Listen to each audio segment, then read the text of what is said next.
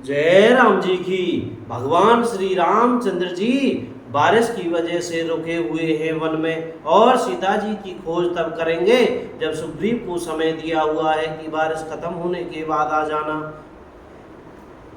तब वहाँ का मौसम है कैसा है और क्या संत श्री तुलसीदास जी महाराज कह रहे हैं, अपने सुंदर वचन सुने। संत श्री तुलसीदास जी महाराज ने लिखा है, शरद ऋतु पाकर राजा तपस्वी व्यापारी और भिखारी हर्षित होकर नगर छोड़कर चले।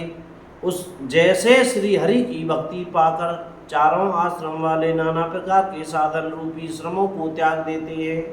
जो मछलियां अथाह जल में हैं वे सुखी हैं। जैसे श्री हरि के शरण में चले जाने पर एक भी बाधा नहीं रहती। कमलों के फूलने से तालाब कैसी शोभा दे रहा है, जैसे निर्गुण ब्रह्मा सगुण होने पर शोभित होता है। भौरे अनुपम शब्द करते हुए गूंज रहे हैं तथा पक्षियों के नाना प्रकार के सुंदर शब्द हो रहे हैं। रात्रि देखकर चकवे के मन में वैसे ही दुख हो रहा है जैसे दूसरे की संपत्ति देखकर दुष्ट को होता है। पपियां रट लगाए हैं उसको बड़ी प्यास है, जैसे श्री शंकर जी का द्रोही सुख नहीं पाता, सुख के लिए झिकता रहता है। शरद ऋतु के ताप को रात के समय चंद्रमा हर लेता है, जैसे संतों के दर्शन से पाप दूर हो जाते हैं। चकोरों के समुदाय चंद्रमा को देखकर इस प्रकार टकटकी लगाए हैं, जैसे भगवत भक्त भगवान को पाकर उनके निर्निमेष नेत्रों से दर्शन करते हो। मच्छर और डांस जाड़े के डर से इस प्रकार नष्ट हो गए, जैसे ब्राह्मण के साथ वैर करने से कुल का नाश हो जाता है।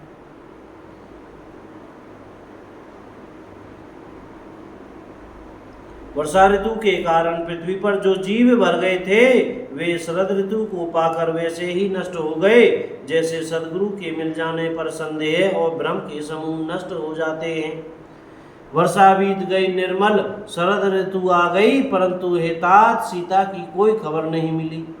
एक बार कैसे भी पता पाऊं तो काल को भी जीत कर पल भर में जानकी जी को ले आऊं। कतहूं रहूं जो जीवती होई, तात जलन करि आन सोई। श्री राम जय जय राम। कहीं भी रहे यदि जीती होगी तो हेतात यतन करके मैं उसे अवश्य लाऊंगा। राज्य खजाना नगर और स्त्री पा गया, इसीलिए सुग्रीव ने भी मेरी सुधि बुला दी।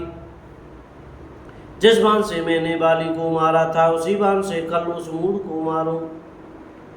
शिव जी कहते हैं, मां जिनकी कृपा से मद और मोह छूट जाते हैं उनको कहीं स्वप्न में भी क्रोध हो सकता है, यह तो लीला मात्र है। ज्ञानी मुनि जिन्होंने श्री रघुनाथ जी के चरणों में प्रीति मान ली है, जोड़ ली है, वे ही इस चरित्र लीला रहस्य को जानते हैं। लक्ष्मण जी ने जब प्रभु को क्रोधित जाना तब उन्होंने धनुष चढ़ाकर बाण हाथ में ले लिया।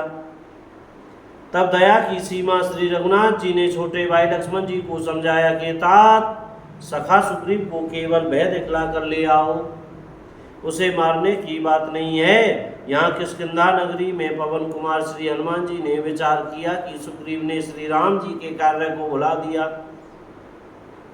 उन्होंने सुग्रीव के पास जाकर चरणों में सिर नवाया, साम दान दंड भेद और चारों प्रकार की नीति कहकर उन्हें समझाया।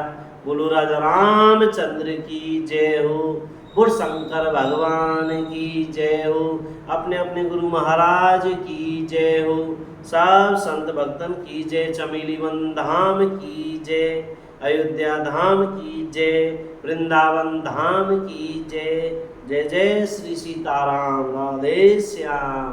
भैया हमसे बोलने पढ़ने में कोई गलती हो गई हो तो कृपया क्षमा करते रहिएगा।